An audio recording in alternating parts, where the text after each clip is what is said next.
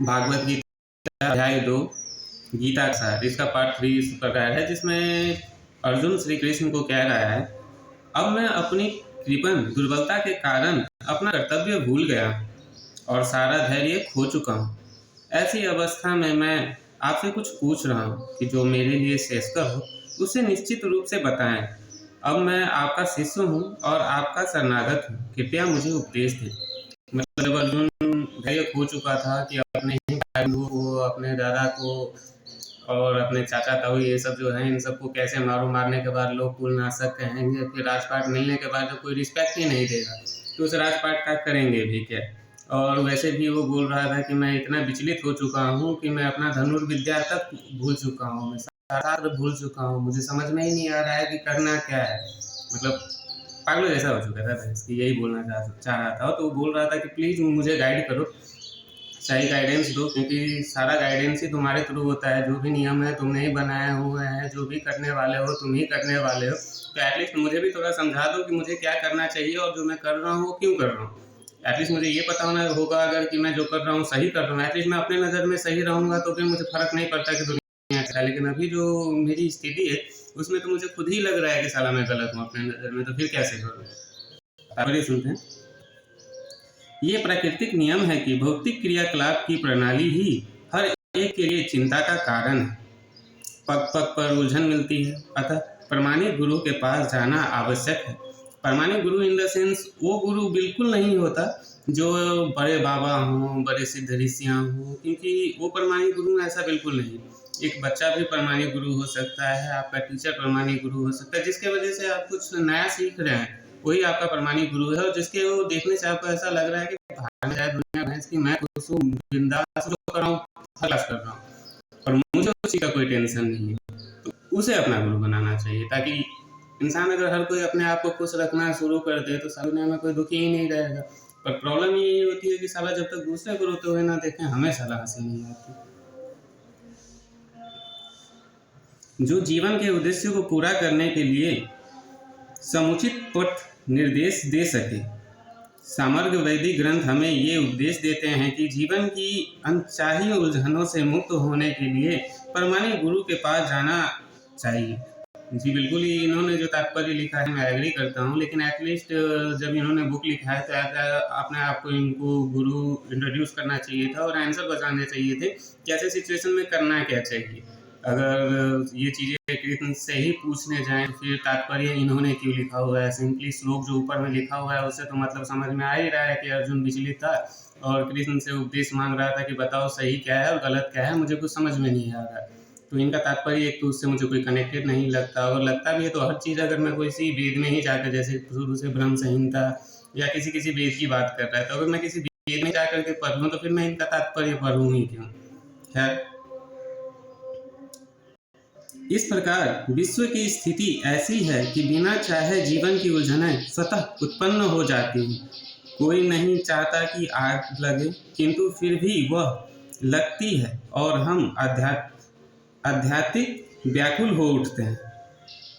अत्यधिक लिखने की कोशिश कर रहा है, प्रोनाउंसिएशन में गलत हो गया कि आध्यात्मिक व्याकुल हो उठते हैं। लेकिन एक चीज़ ये भी तो सतह है कि किसी के घर में आग लगे और हम जाएं तो अगर वहाँ पे कोई भी क्षति ना हुई हो ना तो भले ही ये लगता है कि अच्छा चलो, लेकिन मन में दुख हो जाता है क्योंकि हमें ये बोलने का मौका ही नहीं मिलता कि हाँ कैसे हो गया, आप निश्चिंत रहिए, सब कुछ ठीक हो जाएगा, ऊपर वाले के घर में देर है अंधेर नहीं है, सब कुछ ठीक हो जाएगा, ताकि हम अपने आप को महान साबित कर सकें वहाँ पर। अतः वैदिक वाङ्मय उपदेश देता है कि जीवन की उलझने को समझने तथा उनका समाधान करने के लिए हमें परंपरागत गुरु के पास जाना चाहिए।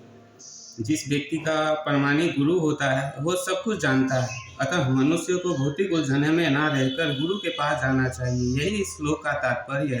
तो मुझे एक चीज़ समझ में नहीं आ रहा है, तो फिर रामभद्राचार्य जी को जगत गुरु का पोस्ट कैसे मिल गया, क्योंकि उनको तो ब्रह्म ज्ञान बोल रहे थे बचपन में ही मिल गया। उन्होंने तो किसी गुरु से हासिल ही नहीं की थी अपनी ब्रह्म ज्ञान। तो जिन्होंने कभी गुरु शिक्षा का मान ही नहीं रखा, गुरु परंपरा का मान ही नहीं रखा, वो पहले से ही ज्ञानी थे, तो फिर उनको जगत गुरु का पोस्ट कैसे मिल गया। तो एज पर दैट तात्पर्य ये तात्पर्य गलत है। अगर ये तात्पर्य सही है तो फिर जो किया गया है वो गलत है। आखिर भौतिक उलझनों में कौन सा व्यक्ति पड़ता है? भौतिक उलझनों में वो व्यक्ति पड़ता है जो अपने बारे में सोचना छोड़ करके ये सोचना शुरू कर देता है कि दूसरे की ज़िंदगी में क्या चल रहा है। इसकी अपना प्लेट छोड़ करके ये देखना स्टार्ट कर देता है कि दूसरा क्या खा रहा है। तो ऐसे लोग ही उलझन में पड़ते हैं क्योंकि उसको अपने पास क्या है उससे खुशी नहीं मिलती, दूसरे के पास क्या है उसका अफसोस हमेशा होता रहता है। वो जो जीवन की समस्याओं को नहीं समझता, व्याकुल मनुष्य का वर्णन इस प्रकार है। वो जो अपने जीवन का अर्थ नहीं समझता, जिसे व्याकुल मनुष्य कहा जाता है, उसका वर्णन इस प्रकार है। कृपण वह है जो मानव जीवन की समस्याओं को हल नहीं करता और आत्म साक्षात्कार के विज्ञान को समझे बिना कुक्कुर सुअर की भांति इस संसार को त्याग कर चला जाता है। जीव के लिए ये मनुष्य जीवन अत्यंत मूल्यवान निधि है। वैसे एक चीज़ समझ में नहीं आता, ये कुकुर और सुअर को हीन माना जाता है। 84 लाख योनियों में मनुष्यों को इन 84 लाख योनियों का भगवान का दर्जा दिया हुआ है। साला खुद ही उसको मार के खाते हैं और बोलते हैं उनकी जीवनहीन हो गई, जबकि उनकी जीवन कैसे चलेगी ये तो पूरे हिसाब से मनुष्य के ऊपर में डिपेंड करता है। अगर हमारे घर में कोई गाय है तो आज वो खुश रहेगा या लाठी खाएगा, ये वो गाय पे डिपेंड नहीं करता, बिल्कुल उसके पालने वाले पे डिपेंड करता है कि आज उसको उस गाय को लाठी से मारना है या उसने कोई गलती किया है तो उसको सहला करके उसको मना करके रखना है। तो इसमें तो जानवर की कोई बोलूँ तो मर्जी ही नहीं चल रही है, जो चल रहा है तो उसको पालने वाले की चल रही है। तो यहाँ पे दोष किसका है, कर्म किसका चल रहा है, मनुष्य का या उस जानवर का, जिसका उपयोग वो अपने जीवन की समस्याओं को हल करने में कर सकता है।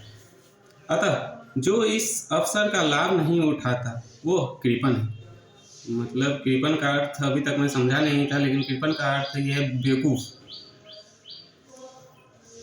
ब्राह्मण इसके विपरीत होते हैं, जो इस शरीर का उपयोग जीवन की समस्त समस्याओं को हल करने में करता है।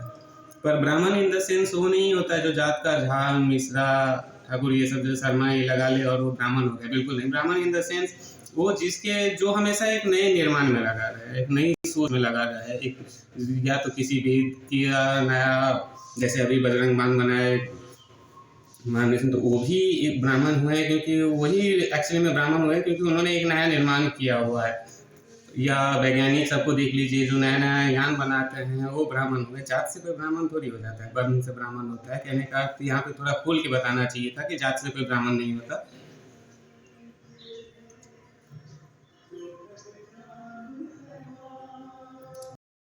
देहात्म वृद्धि वश कृपण ये कंजूस लोग अपना सारा समय परिवार समाज देश आदि के अत्यधिक प्रेम में गवा देते हैं। ये कंजूस लोग नहीं होते हैं, यही सही मनुष्य लोग होते हैं जो अपना सारा समय अपने परिवार अपने देश अपने समाज के भलाई में लगाते हैं। ये साले चूतिए होते हैं जो ऐसे चीज़ बोलते हैं कि सारा समय कृष्ण भावनामृत में लगाइए, तो महादेव के अति में लगाइए। साला वहाँ जाकर के आप लगाएंगे तो जिस महादेव को जो आप दूध चढ़ा रहे हैं ना, 10 दिन के बाद साला उसके लिए दूसरे के सामने में कटोरा लेकर के जाना होगा। मनुष्य प्राय चर्म रोग के आधार पर अपने पारिवारिक जीवन अर्थात पत्नी बच्चे तथा परिजनों में आसक्त रहता है।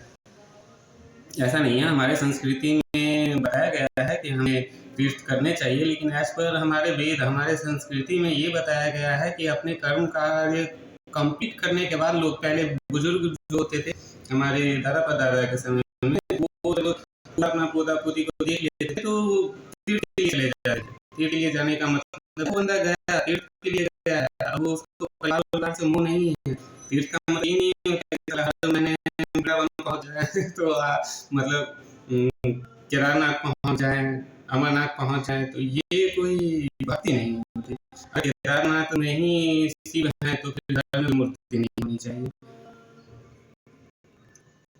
कृपण ये सोचता है कि वो अपने परिवार को मृत्यु से बचा सकता है, बिल्कुल बचा सकता है। अगर चंद्रमा पे सही से रिसर्च किया जाए तो उसको बताया जा सकता है। चंद्रमा पे जैसे किलोमीटर के अंदर ऑक्सीजन मिलता है, तो जैसे हमारे पृथ्वी पे ऑक्सीजन धरती के ऊपर है, तो यहाँ पे ऊपर जहाँ तक ऑक्सीजन है वहाँ पे कोई ना कोई प्राणी है। तो जाहिर सी बात है चंद्रमा के भी सतह के नीचे अगर ऑक्सीजन है तो वहाँ पर भी जीवन होगी, वहाँ पर भी कुछ ना कुछ तो ऐसा चल ही रहा होगा।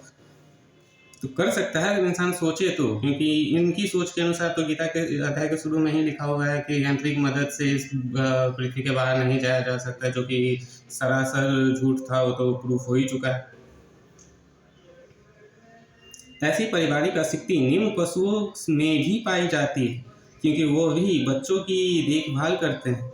बुद्धिमान होने के कारण अर्जुन समझ गया था कि पारिवारिक सदस्यों के प्रति उसका अनुराग तथा मृत्यु से उसकी रक्षा करने की उसकी इच्छा ही उसकी उलझन के कारण है। फॉर योर काइंड इन्फॉर्मेशन, वो युद्ध ही परिवार की इज्जत के लिए ही हो रहा था। वो अपनी पारिवारिक मसला की वजह से ही वो युद्ध हो रहा था। करोड़ों लोग जो मारे गए वो सिर्फ एक परिवार के पारिवारिक मसले की वजह से मारे गए थे।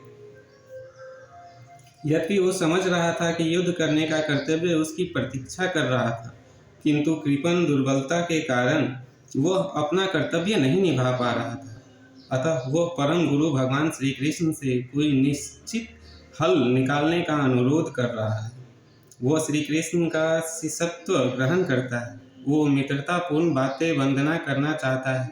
गुरु तथा शिष्य की बातें गंभीर होती है और अब अर्जुन अपने माननीय गुरु के समक्ष गंभीरतापूर्ण बातें करना चाहता है। ऐसा नहीं है गुरु और शिष्य के बीच में गंभीर बातें होती है। मेरे ख्याल से तो जो गुरु शिष्य का असली वाला रिश्ता होता है तो उसमें तो ज़्यादातर तो साला मजाक ही चल रहा होता है, क्योंकि ज़्यादातर जो समझ की बातें होते हैं, स्टोरी जो होती हैं वो मजाक के थ्रू ही समझाई जाती है, क्योंकि सीरियस मूड से तो इंसान इतना सीरियस हो जाता है कि वो सिर्फ उसी सेंटेंस का मतलब समझने में अपना पूरा टाइम बिता देता है।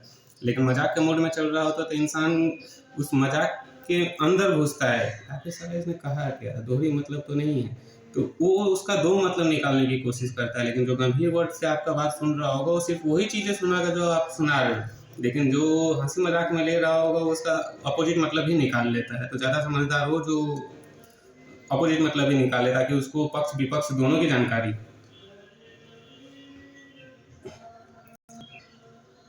इसलिए श्री कृष्ण भागवत गीता ज्ञान के आदि गुरु और अर्जुन गीता समझने वाला प्रथम शिष्य और गीता समझने वाला अर्जुन नहीं था। प्रथम शिष्य सूर्य था, दूसरा शिष्य जनक था जो कि अष्टवक्र की गीता में था।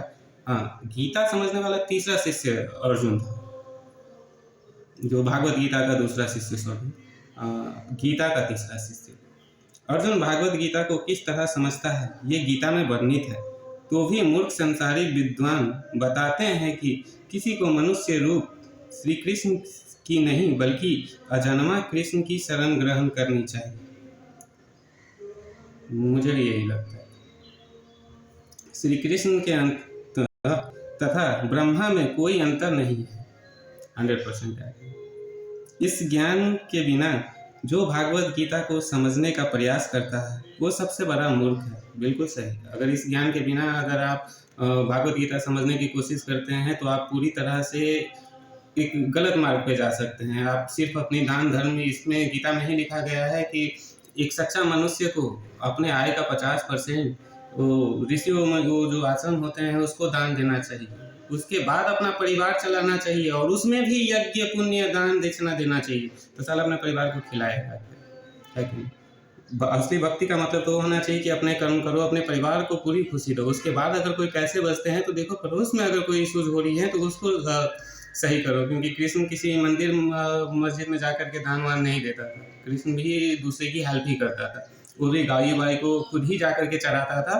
वो दूसरे से मांगने नहीं जाता था चारा कि चारा दो और मैं जाकर के तुम्हारे लिए गाय को खिला दूंगा। अगर वो जाकर के गाय को खिला देगा तो पुण्य उसको, गाय तो उसको देख रही है ना यार, गाय के दिल से तो उसके लिए दुआ निकलेगी यार इसने मुझे खिलाया यार, इसके लिए अच्छा। उसको थोड़ी पता है ये रोटी कहाँ से लेकर के आया था। दूसरों को 100 रोटी दे करके पुण्य कमाने से अच्छा है खुद के हाथ से 10 रोटी खिला देना। 100 रोटी से ज़्यादा पुण्य होता है, क्योंकि गाय ये देख रहा है कि मुझे खिला कौन रहा है। तो इसी वजह से दूसरों को 1000 रुपये दान देने के लिए अच्छा है कि तुम जा करके वहाँ पूजा करोगे। उससे अच्छा है 10 रुपये का एक रोटी खरीद करके या खुद ही बना करके किसी गाय को या किसी बकरी को खिला दे। यहाँ तक ही समझ